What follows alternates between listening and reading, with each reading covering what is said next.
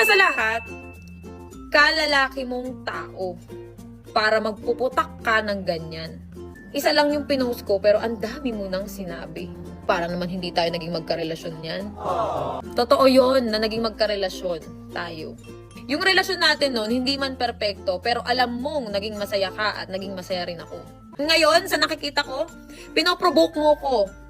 Kalalaki mong tao, dinaig mo pa ako. Kung ano man yung purpose mo sa pinaggagawa mo, bahala ka.